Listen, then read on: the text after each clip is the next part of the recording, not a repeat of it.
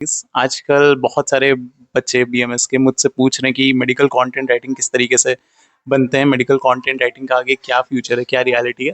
तो आज इस वीडियो में हम लोग विस्तार से बात करने वाले हैं कि क्या सच में मेडिकल कंटेंट राइटिंग इतना ही अच्छा है जो लोग बोल रहे हैं कि हाँ 50,000 से 1 लाख रुपए कमा लोगे बीएमएस स्टूडेंट हो अगर। तो देखो, मेडिकल कंटेंट राइटिंग आखिर आखिर है क्या। सबसे बड़ा सवाल तो यही हो जाता है कि है क्या। तो मेडिकल कंटेंट राइटिंग सिर्फ हेल्थ आर्टिकल लिखना नहीं होता।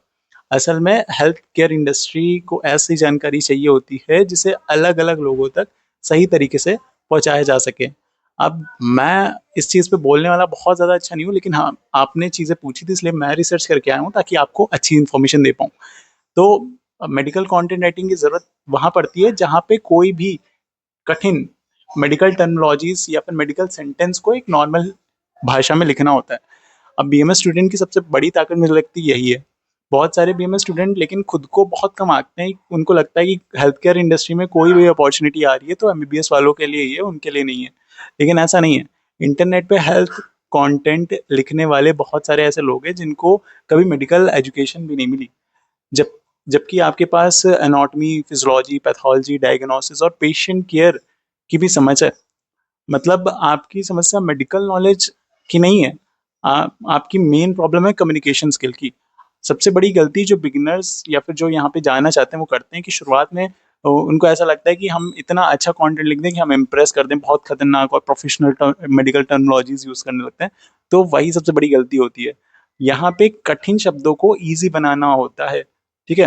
वैसा होता है, प्रोफेशनल राइटिंग का मतलब होता है कि सामने वाले व्यक्ति जो भी है वो आसानी से समझ पाए। पेशेंट जो अपनी बीमारी है उसको अच्छे तरीके से समझ पाए कि हाँ मुझे एग्जैक्टली है क्या। अगर आपकी कंटेंट राइटिंग सामने वाले को कंफ्यूज कर देती है, दिस मीन्स आपकी कंटेंट राइटिंग बहुत खराब है। अब कैसे बनते हैं, देखो स्टेप वन, पहले तो रिसर्च सीख लो। मेडिकल अगर राइटिंग करनी है तो उसकी सबसे बड़ी और बेस होती है रिसर्च।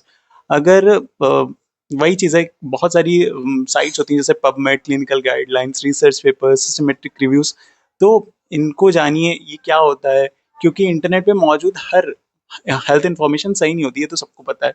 और एक अच्छा मेडिकल राइटर की पहचान ये होती है कि उनकी रिसर्च क्वालिटी बहुत खतरनाक होती है, स्ट्रांग होती है।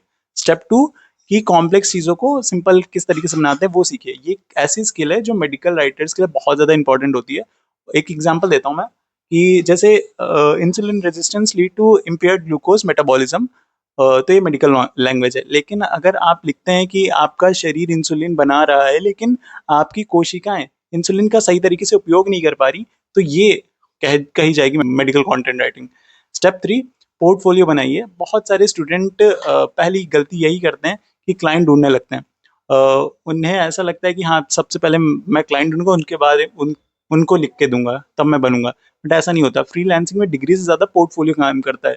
जब क्लाइंट पूछता है कि क्या आप लिख सकते हैं, तो आप जवाब देते हैं कि हाँ मैंने 5 आर्टिकल लिखे हैं, ये एक बार देख लीजिए, ये मेरा काम है और मैं एक बीएमएस स्टूडेंट हूँ। फिर स्टेप फोर यही होता है कि एसईओ सीखिए, सर्च इंजन ऑप्टिमाइजेशन। यहाँ से आपकी जो स्किल है वो बिजनेस स्किल बन जाती है। और बिजनेस को जो भी स्किल फायदा करती है वो बहुत वैल्यूएबल होती है। किस तरीके से एसईओ काम करता है, किस तरीके से सर्च इंटेंट होता है, कंटेंट ऑप्टिमाइजेशन किस तरीके से होता है, तो वो सारी चीज़ें इंपॉर्टेंट आ जाती हैं।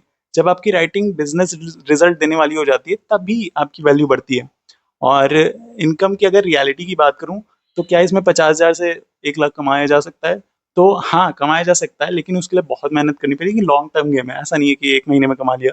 इतने सालों लगेंगे आपको सीखने में, पोर्टफोलियो बिल्ड करने में, तब जाके आपके पास क्लाइंट आएंगे। ऐसा नहीं कि तुरंत गए। आज मैंने बताया कि मैं एक बीएमएस स्टूडेंट हूँ, मुझे कंटेंट राइटिंग करना है तो सामने वाला काम दे देगा, नहीं ऐसा नहीं होता। पोर्टफोलियो बिल्ड करिए, रिव्यूज लीजिए और लिंक्डइन पे अपना प्रोफाइल अच्छी बनाइए, चीज़ें करिए, तब जाके आप कर पाते हैं। धीरे धीरे डेवलपमेंट होती है, आपकी स्किल पावरफुल बनती है, तब जाके वो स्किल वैल्यूएबल होती है इतनी कि आपको पैसा कमा के दे पाए। मेडिकल कंटेंट राइटिंग कोई शॉर्टकट नहीं है, लेकिन ये जल्दी अमीर बनने का भी तरीका नहीं है। यह मतलब ये एक तरीके की कम्युनिकेशन स्किल है।